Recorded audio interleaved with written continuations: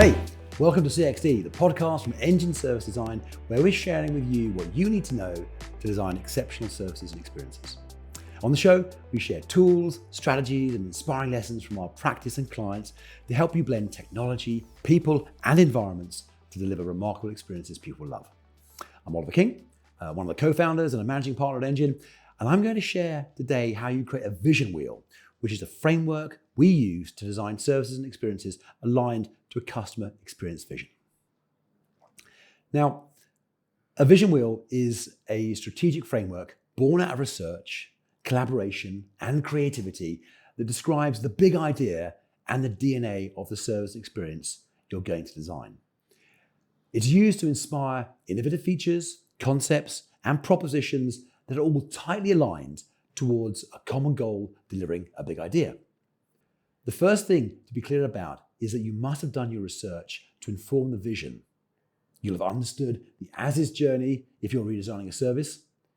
You'll know what the pain points are, what adds value, and what people are trying to achieve. Also, you'll have looked out into the wider world and understood what competitors are doing. You'll have established some experience benchmarks as inspiration. These are things in other sectors that the target users have used to do similar but different things really well. So if you're redesigning an airport check-in, you might have looked at how hotels do it. You'll also, of course, have data so you can evidence and size your insights. And finally, you'll know the broader strategic goals and brand values of the business. Okay, so that's quite a lot. But vision wheels are created out of the discovery phase of projects. So you need this insight to create one that bears scrutiny. But let's imagine you have that. The next step is to be clear on what you're trying to achieve with the vision and the project context. Are you trying to improve customer satisfaction, operational efficiency, or extend market reach? Each of these and more besides means you'll lay a different emphasis on the big idea, principles, or tactics within the vision wheel. If you're working on customer satisfaction, stating target feelings alongside principles is a neat trick that can make the wheel much more powerful. Now, as mentioned in the previous episodes, go back and check those out if you've missed them, by the way, incorporating target feelings allows you to tap into an empathic human perspective we all have to guide and ensure you're doing the right thing.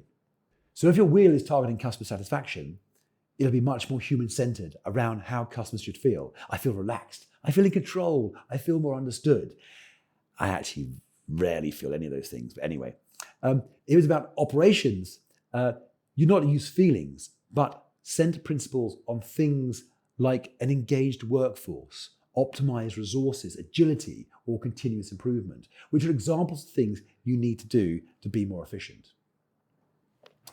Or if it's about extending market reach, you should have principles that are about localization strategies, cultural awareness, or brand consistency. You get the picture.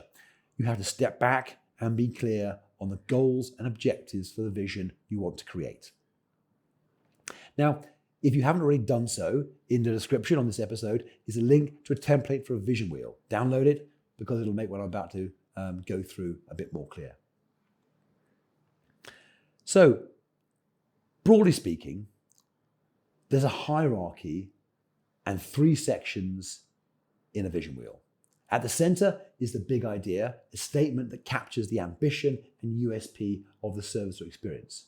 In the middle, there are principles, and around the outside, related to each principle, are tactics, essentially springboards to imagine concepts, features, and propositions.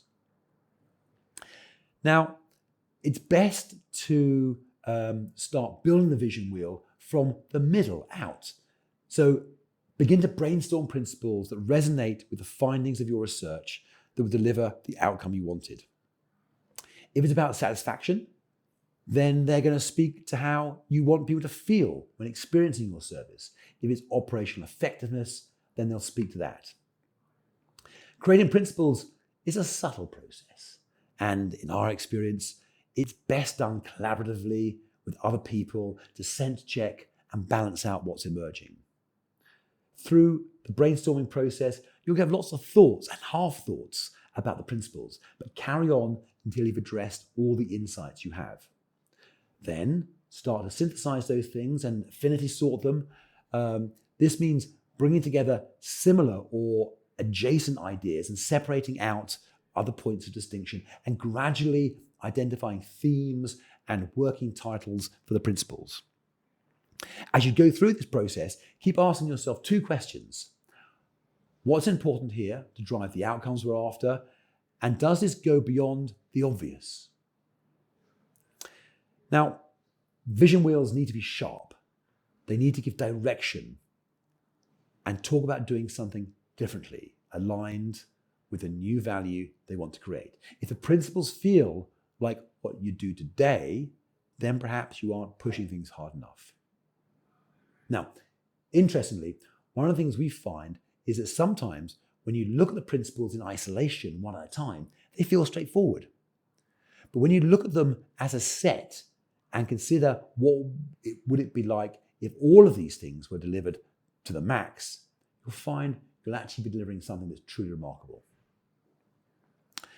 So, keep iterating and shaping the principles, double back to the research, the data, and other project parameters to make sure everything is covered. And when you have worked through and you've got 4 or 5 of them, stop there. Again, it's rare to need more than 5 principles to capture everything you need. Sometimes, deliberately, we cut one out and see if we lose anything, whether the wheel loses its integrity. If it does, we can't incorporate the idea in another, we'll put it back in. You want to make sure the vision wheel has the least number of principles it can while still hitting all the points you need. This is because it'll be a creative tool, and having too many factors to juggle with in a creative process risks diffusing the impact you want to achieve. It just becomes vanilla or indistinct.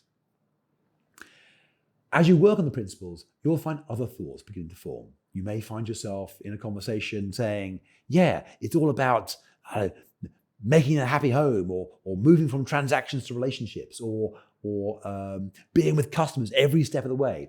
These are brilliant. These are nascent, big idea statements. Your brain is connecting the dots between everything you're going through, between all the principles, and recognizing the meta concept that brings everything together. Now, note these down and work with them to shape them up. Soon, you'll have 1 or 2 that really bring it all together. And the one you go for will be obvious because the hairs on the back of your neck will stand up. You will have a really kind of elegant description of an idea that everybody gets excited about. Now, the last thing you need to do is to develop the tactics. Again, it's a brainstorm to imagine how you might do something. You aren't trying to come up with actual solutions, just springboards that will lead to solutions in the end. So let's say you have a principle about employee engagement. This might be on a vision wheel that's intended to drive operational efficiency. You need to ask yourself, what approaches might there be to cultivating employee engagement? Well, it could be about feedback and recognition to boost morale or motivation. It could be about training and development, well-being programs, career paths, and goals, or inclusivity. These are all great tactics to deliver employee engagement. So, as before, brainstorm ideas, look for themes, incorporate and build ideas, and start to position the tactics around the wheel. Again, more than 5 is probably too much. It's interesting that in this process, you may find yourself using some ideas that didn't make the cut as principles.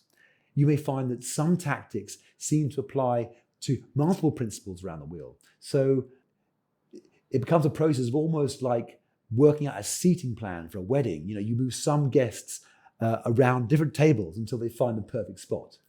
You'll also find this process that you happen upon an idea that articulates the principles in a different way. And that's great. That's just design and iteration. But before long, the wheel will stabilize. The tactics all support the principles speak to the outcomes you need, and the big idea elegantly locks everything together. At this point, get a second opinion. What we do is to have a working session with stakeholders. We play back what we found in discovery and how we built the vision. And how it addresses the formative insights, the strategic objectives, and the drive of the project. Of course, there might be feedback and builds afterwards, but that just makes everything much better. So, one final point. When the content on the vision wheel feels stable, get a graphic designer to make it look really cool. Find images or illustrations that speak to the principles, put icons down for the tactics. This is important. You want people to be drawn to the framework, to study it, to remember it and want to use it. Businesses are full of dull diagrams and soul-destroying presentations. So make your vision wheel look like a North Star, and that's what it'll become. Okay, that's all for now. In this episode, we explored how to build a vision wheel. In the next, we'll talk about how it's used. Thank you for joining me today. And as ever, please visit the links in the description for more resources that hopefully you'll find useful. And don't forget to follow CXD and share it on your channels. Okay, until next time then, all the best.